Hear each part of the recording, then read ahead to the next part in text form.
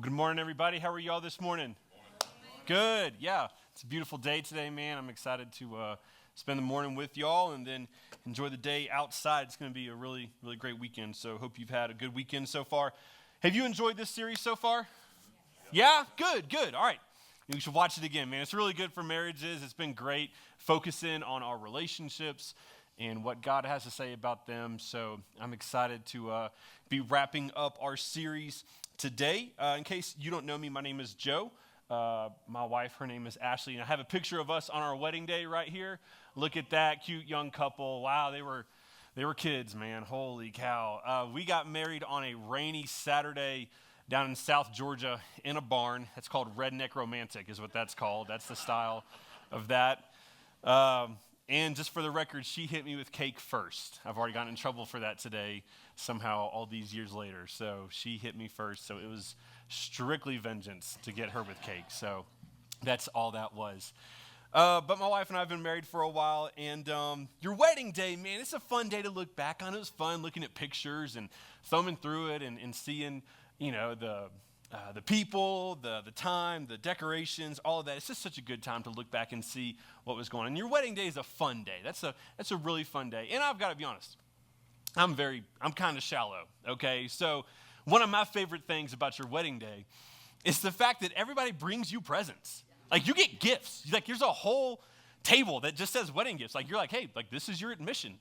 Drop something off, okay? It can be a 20, it can be a box, whatever. But you need to drop off a gift at somebody's wedding. And one of my favorite gifts that we got was a crock pot, okay? I think that's like number 2 most common wedding gift behind toaster is a crock pot, okay? Who has a crock pot? Anybody, you have a crock pot? Yeah, that's right. Yeah, everybody has a crock pot. Crock pots are amazing, and I love our crock pot because you just take a crock pot, you plug it in, you don't have to do anything. You just dump ingredients in, you put the lid on and click start and walk away. It's effortless. It's so easy. And you come back a little bit later, several hours, maybe after work, and you have a meal just like ready to be eaten. And it took no effort. Now, listen, it's not like a steak from Texas Roadhouse, okay? That takes like time and effort, okay? But a crock pot is just, you plug it in and press start and go. I love crock pots, man. And honestly, I like anything that's effortless. Effortless things are some of my favorite things on the planet. DoorDash and Grubhub, they've made eating out effortless. You don't even have to leave your house to eat out. You get stuff, some guy drops it at your door, sends you a picture and like, hey, have a good night. And you have like to-go food right there on your front porch. That is so effortless. I'm an Apple guy.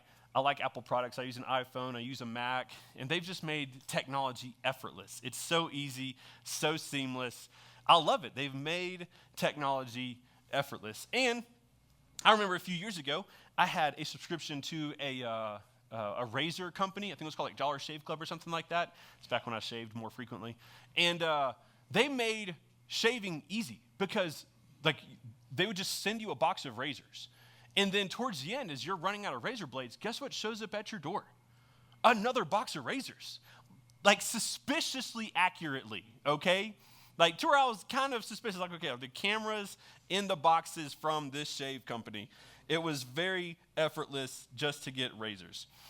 And I know that I'm not the only one who likes things in life to be effortless. I know for a fact that you like things to be effortless too. And I know that because you use the same phones as I do. You do all those things.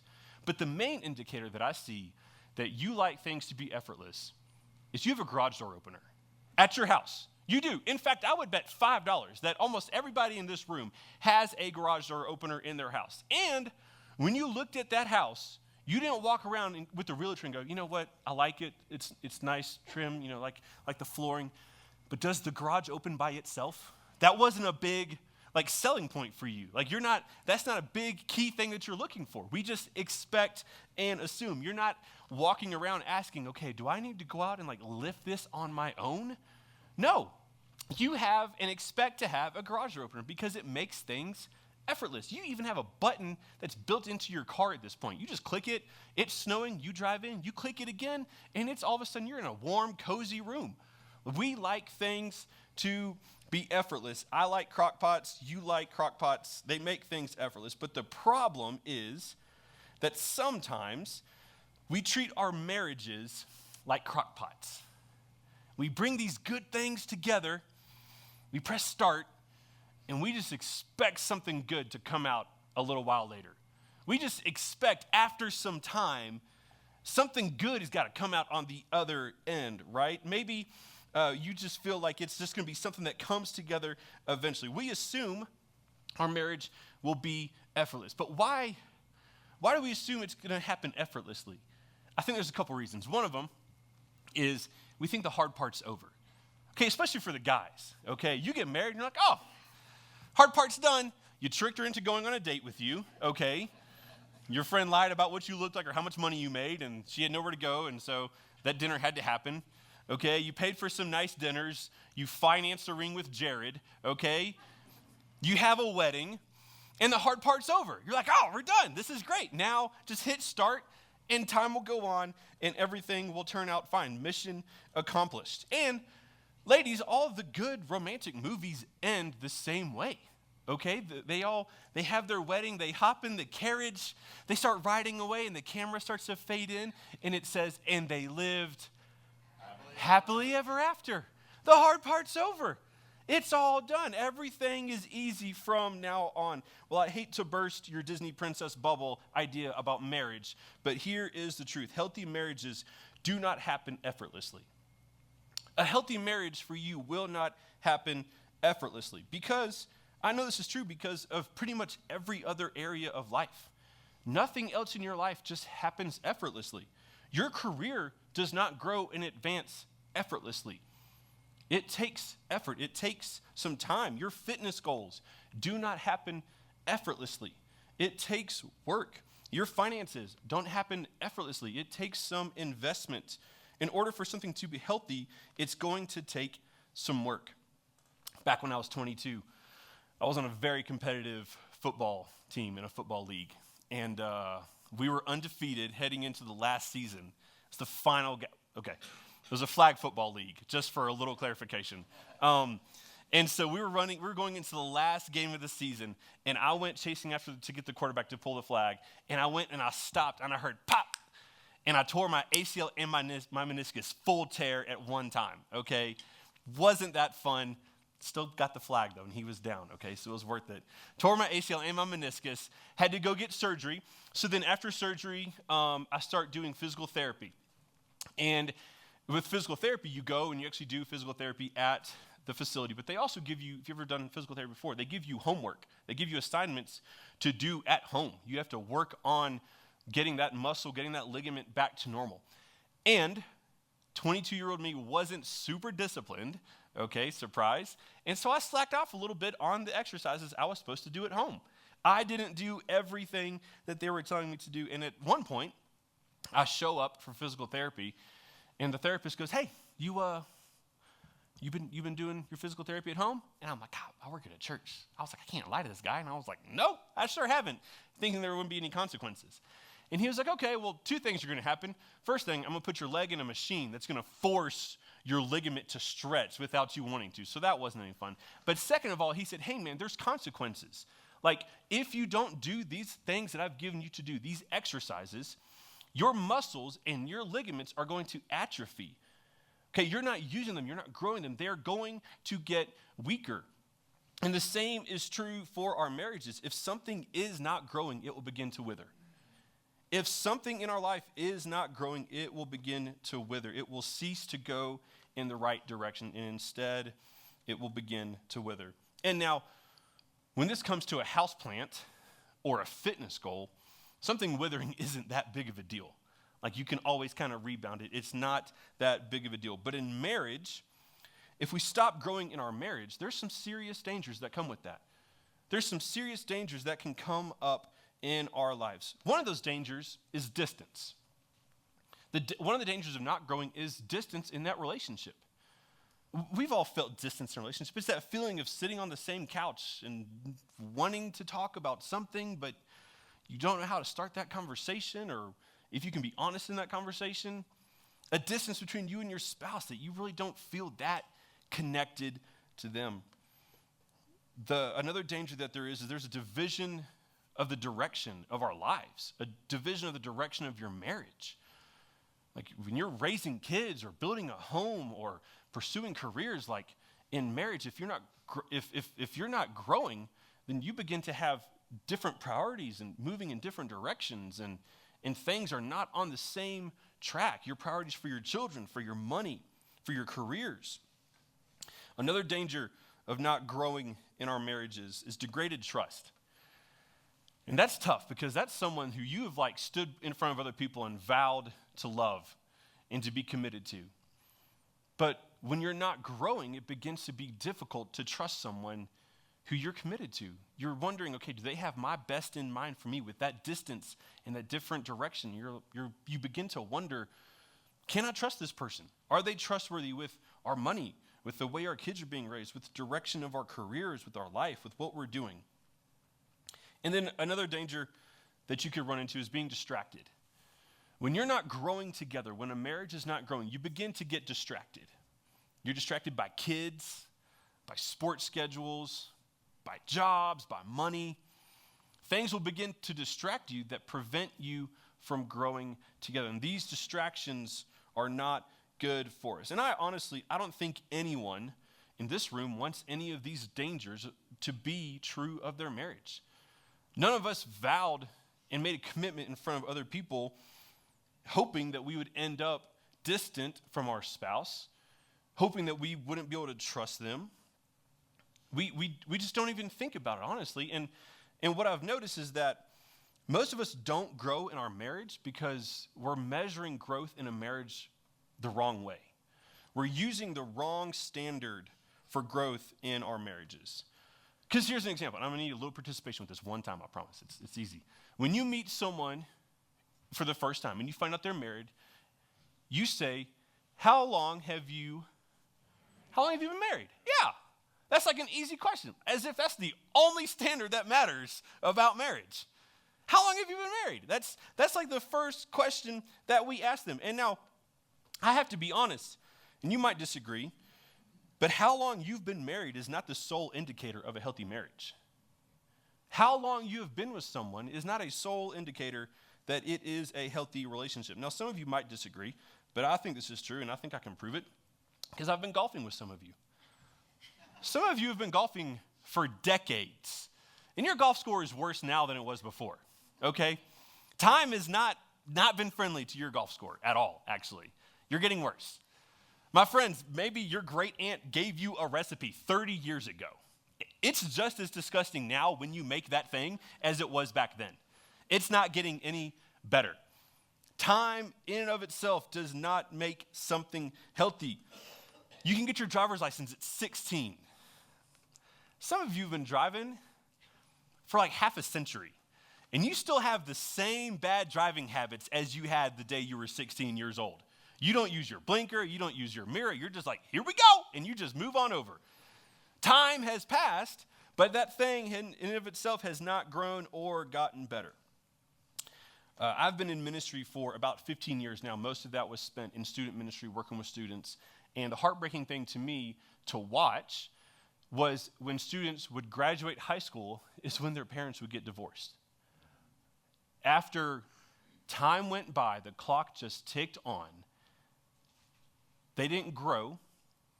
And after just an amount of time, when it was a convenient moment, that's when the marriages would end. Now, please hear me. Time is valuable. Time brings experience. But please don't tune me out or disregard today's message just because you've been married for 10, 20, 40, 50 years.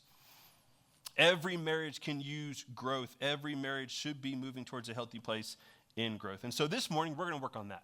We're going to work through a passage together. We're going to see what God's word has to say. So if you have a Bible with you this morning, we will be in Ecclesiastes. We'll be in Ecclesiastes this morning. That's in your Old Testament. Okay, so if you're flipping one way and you find Genesis, you've gone too far to the beginning. If you go to the right and you get to Matthew, you've gone too far to the right. It's in the middle, down in there, okay? And if you need a Bible, we do have copies in the lobby that you can take as you leave this morning. Those are a free gift for you. Now, in Ecclesiastes, it was written by the third king of the nation of Israel. His name was Solomon.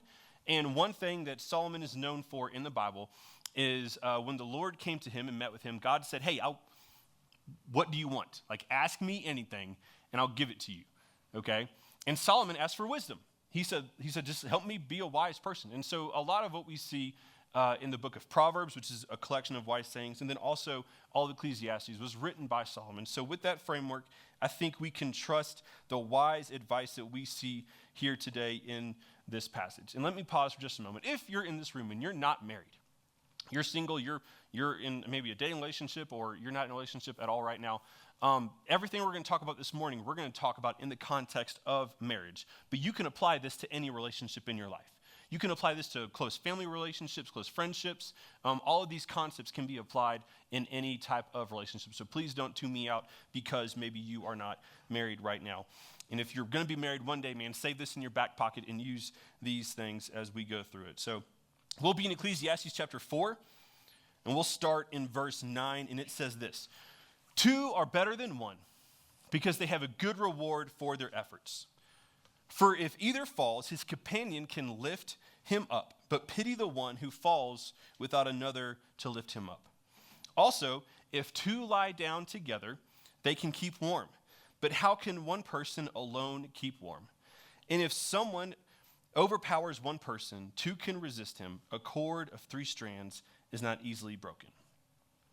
Now, if you've ever been to a number of weddings in your life, a lot of times weddings will use and reference this verse.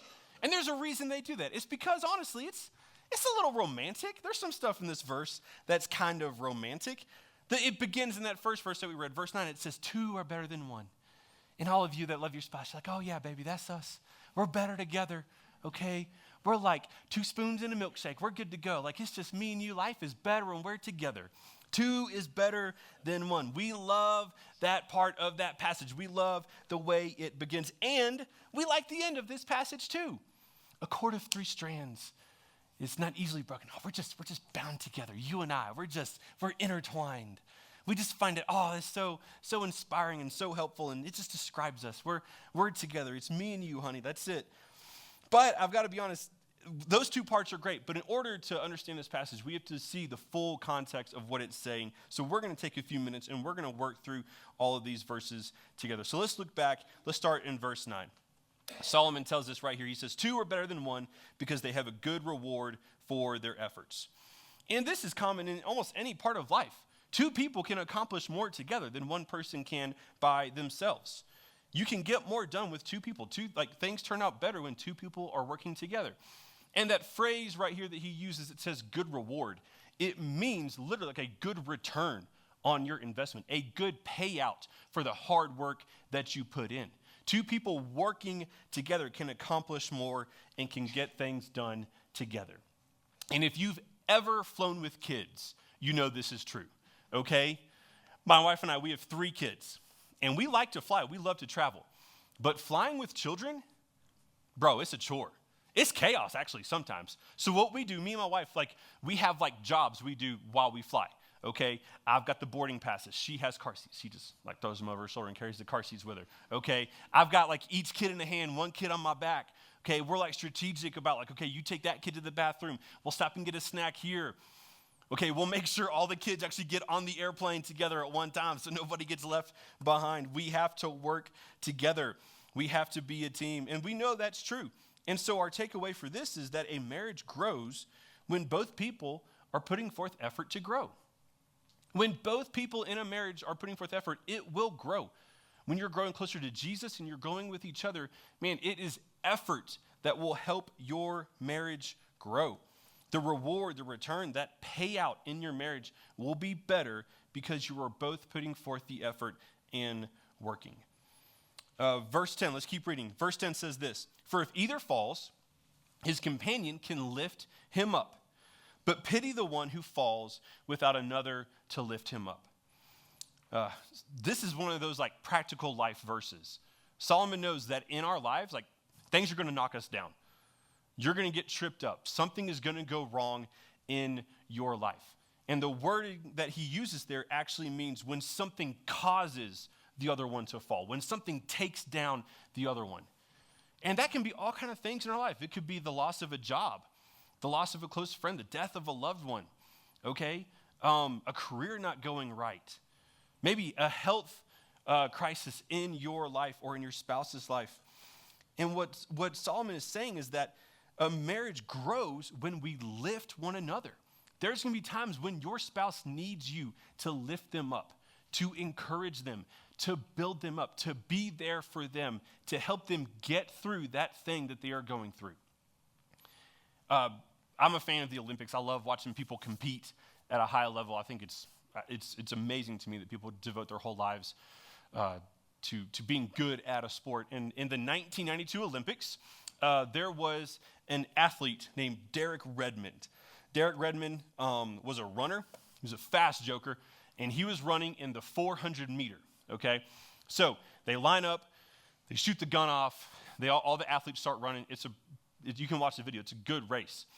But into the race, Derek pulls a muscle in his leg.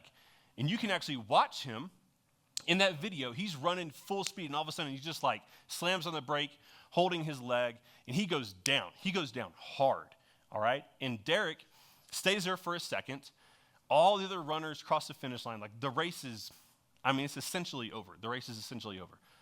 And so Derek stands up, and he begins like limping, like trying to like hobble run towards the finish line for a whole Olympic race. And he's not left there. This picture is from that moment. That's Derek's dad. Derek's dad hops out of the stands and picks his son up and runs with his son all the way to the finish line.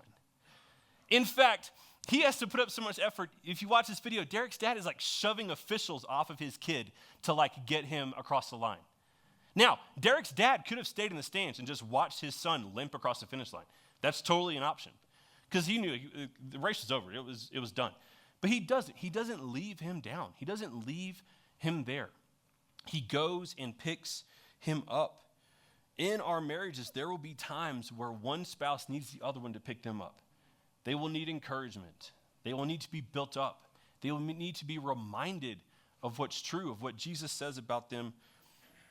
And so our marriages will grow when we lift one another. And then verse 11, let's get into verse 11. Solomon says this, if two lie down together, they can keep warm, but how can one person alone keep warm? And all the guys in the room were like, all right, talking about keeping warm now, let's go, baby. Verse 11, no, it's not what we're talking about. Get that out of your mind, okay? That is not what Solomon is referring to. He is talking about emotional warmth. Solomon is talking about the closeness of relationship, the friendship piece of that relationship, the bond, the time spent together, the intimacy of knowing each other. And what I want you to remember from that verse is that a marriage grows when it's safe. A marriage will grow when it is safe. The actual words that are in this passage that Solomon uses relate all the way back to in Genesis when God says it's not good for man to be alone. It's not physically, it's relationally. It's the loneliness aspect. So what Solomon is saying here is when you have a safe marriage, that relationship will grow. It'll blossom. It'll grow into something good. We can all think back to people in our life who were not safe. That coach that yelled just a little bit too much and threw one too many baseball bats, okay? You didn't feel safe around them. That teacher that you knew was not a safe person. That employer that you're like, they don't care about me. That is not a safe person. We know what it means to feel unsafe. So in our marriages, we should build an environment that is safe emotionally, physically, spiritually, a safe place to have honest conversation with our spouse, a safe place to go with our mistakes and own them and be forgiven in our relationships. So our marriages will grow when they are safe. And finally, Solomon gets to verse 12, and this is the why. This is the why do all of these things. This is Solomon tying a bow on everything and giving us the reason why we should have safe marriages that lift each other up, that put forth effort. Solomon says, and if someone overpowers one person, two can resist him. A cord of 3 strands is not easily broken. Now, when I read this passage, my brain immediately goes to someone fighting. Two on one, 2 people versus 1 person. Obviously, the team of 2 is going to win. But in the context of this verse, what Solomon's talking about, that word resist, that word actually can also mean to withstand. That word means to endure, to remain. So two people together that are safe, that are growing together, that are lifting each other up, can endure, can remain through the difficult times in life. They can endure difficult seasons that will happen to them. A growing marriage endures and is not easily broken. When your marriage, when you are growing together, when you are safe and lifting one another up, that will create a marriage that can endure and can remain through difficult seasons in your life. Because we know that those difficult seasons come and that they will attack our marriage, that they will be there. But if we are growing, our marriage will endure. And so the temptation that we have is to just look at the beginning of this passage, two are better than one, to look at the end, cord of three strands is not easily broken. But to have a healthy marriage that grows, we have to apply the stuff that's in the middle, the verses through the middle that teach us how to grow our marriage. And earlier, I said something that you might have disagreed with. I don't know, that how long you've been married is not an indicator of a healthy marriage. But I want to reframe that just a little bit. In order to have a healthy marriage, it doesn't just take time. You get, with time and growth, time and effort both produce growth. So to have a healthy marriage, time and effort will produce growth in your marriage. It's not just time alone. It will be time combined with effort that grows your marriage. And it's the exact same way with any type of fitness goals that you have. It takes time and effort to grow your fitness. It takes time and effort with your finances to grow healthy finances. In our marriages, in order for our marriages to grow, it will take time and effort to grow a healthy marriage. So how do we do this? Let's get practical for just a minute. Here, I'm going to give you a couple steps on how you can begin to grow your marriage into a healthy marriage. The first thing we have to do, we need to do some evaluating, okay? In your relationship, you need to do some honest evaluating with your spouse. You need to know where your marriage is before you try and get somewhere and grow your marriage. You need to know the state of it right now and see where it is. My daughter, a few months ago, did swimming lessons. And they didn't just take her and put her on like the state competition swim team, okay? It wasn't John Wayne style, like take the kid and throw them in the pool, okay? What they did, my daughter's whole first lesson at swim lessons, she was being evaluated. They checked her out. They said, okay, like, all right, let's see what you're good at. What is a skill that you have? What do you understand? Where are you confident? What is going good? What do you need work on? And it was from that, after that evaluation, that they built on that. And the same thing is true for our marriages. We need to stop and take a look and do some evaluating. What are we doing well? How are things going with different areas of our marriage? How are we spending time together? Do we spend time together? How are we managing our money? How are we communicating with each other and talking to each other? What are we scared to address? What are those things that we kind of avoid the conversations about? How are we spending our time, and are we making our marriage a priority? We need to take time to evaluate our marriage before we try and go to a place where we begin to try and grow it. You have to know where you are. Now, pause. Let me go ahead and say this. This isn't the pick a fight and beat up on your spouse phase, okay? That's not what this is about, okay? When you evaluate your relationship, it should be done in love. It should be done with the goal of making your relationship better. This is not to air out grievances just for the sake of causing a fight. Don't leverage this to pick a fight, or you won't even be able to move beyond this stage. So evaluating your marriage. To build a strong house, you have to have a healthy foundation, a strong foundation. And the same is true with a marriage. You need to have a solid foundation and know where you are as you begin to try and grow. The second thing, so you need to evaluate your marriage. The second thing you should do is make a strategy. Create a strategy to grow in your marriage. Make a plan. Start addressing those things that you brought up when you were evaluating your marriage. Make a plan to spend time together, okay?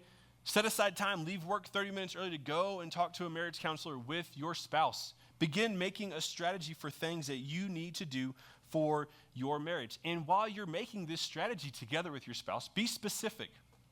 Like, don't just copy and paste something you found on the internet, okay?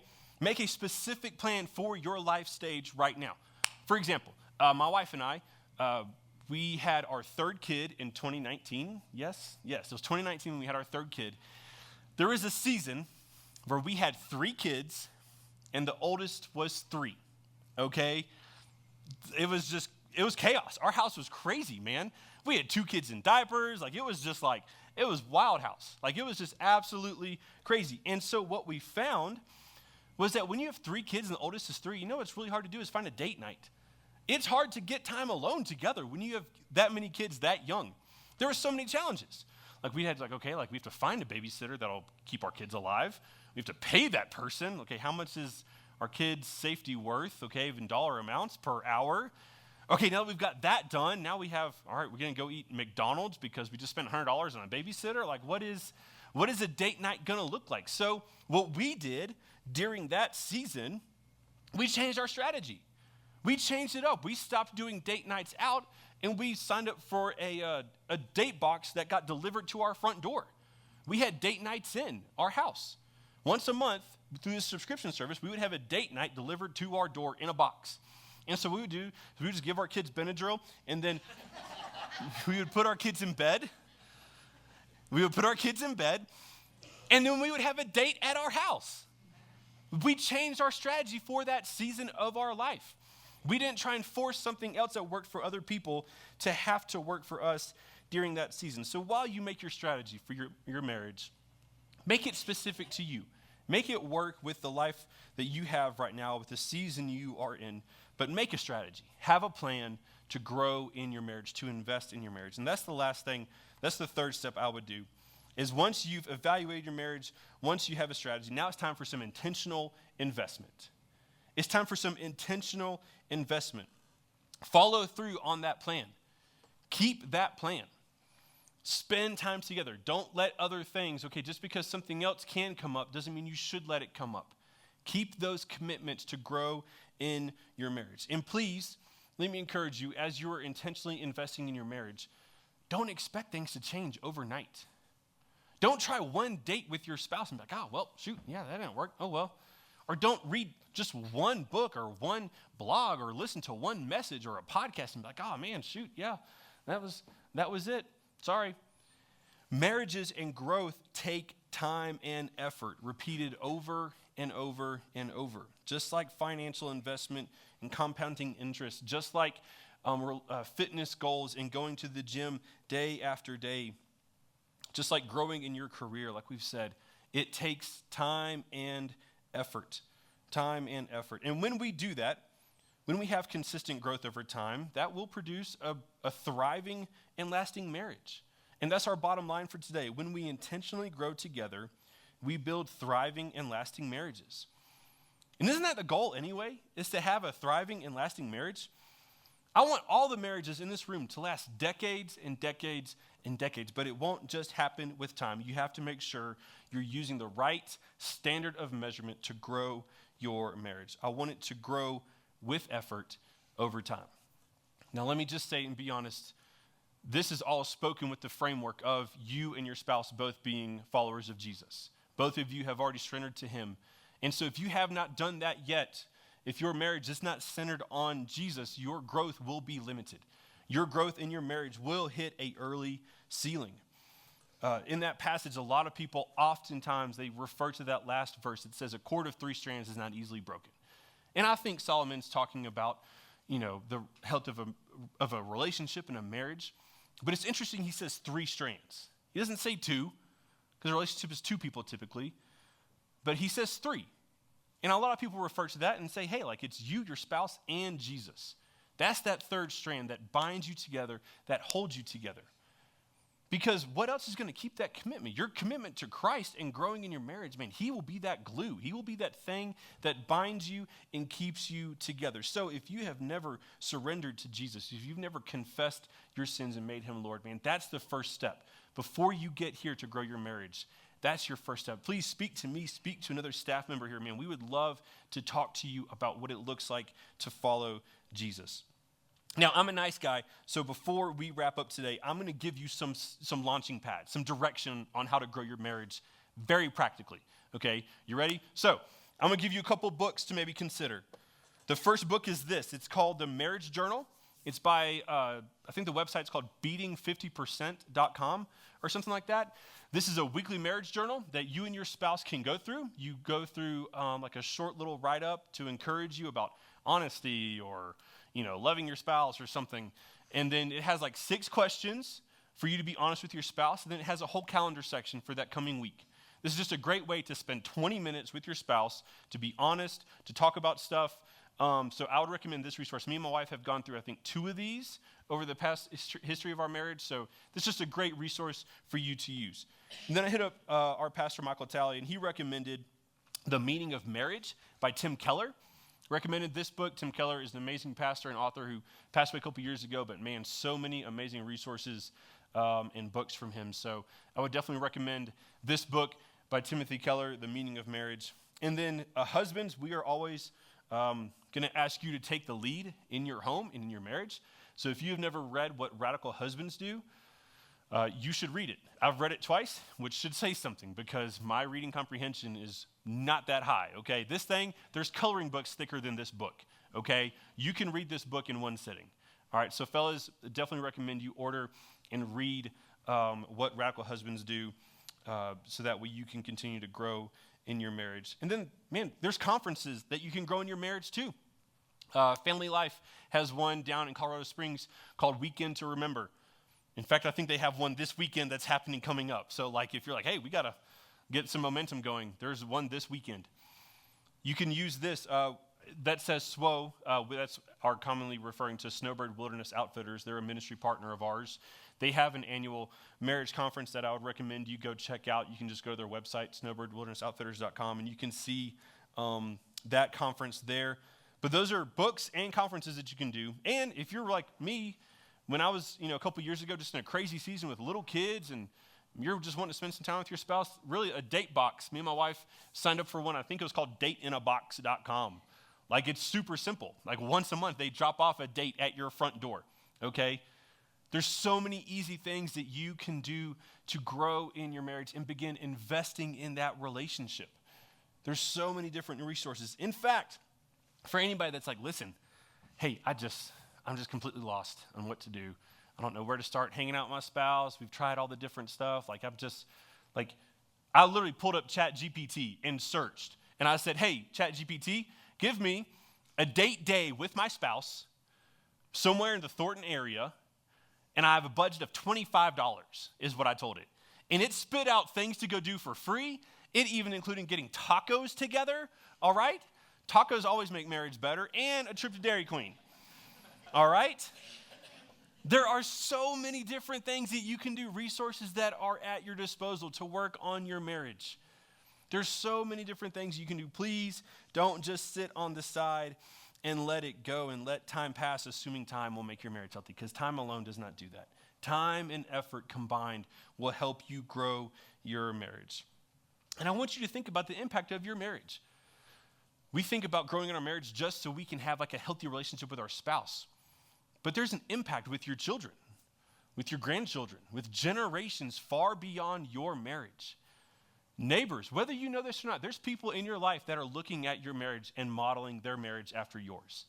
There's people in your life that are modeling the way they behave and treat their spouse based on what they see you do.